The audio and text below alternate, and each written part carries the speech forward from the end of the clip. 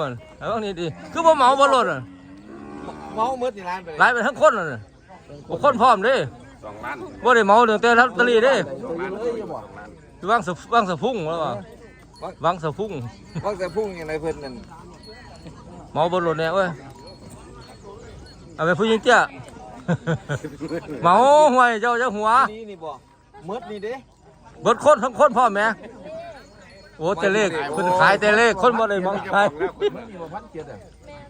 เบิดเอาแม่1,700 หมอมาเพียงเอารถ ผู้หญิงเตี้ยเอารถเจ้านั่น กาบานันหนาจะเอาอีกเจ็ด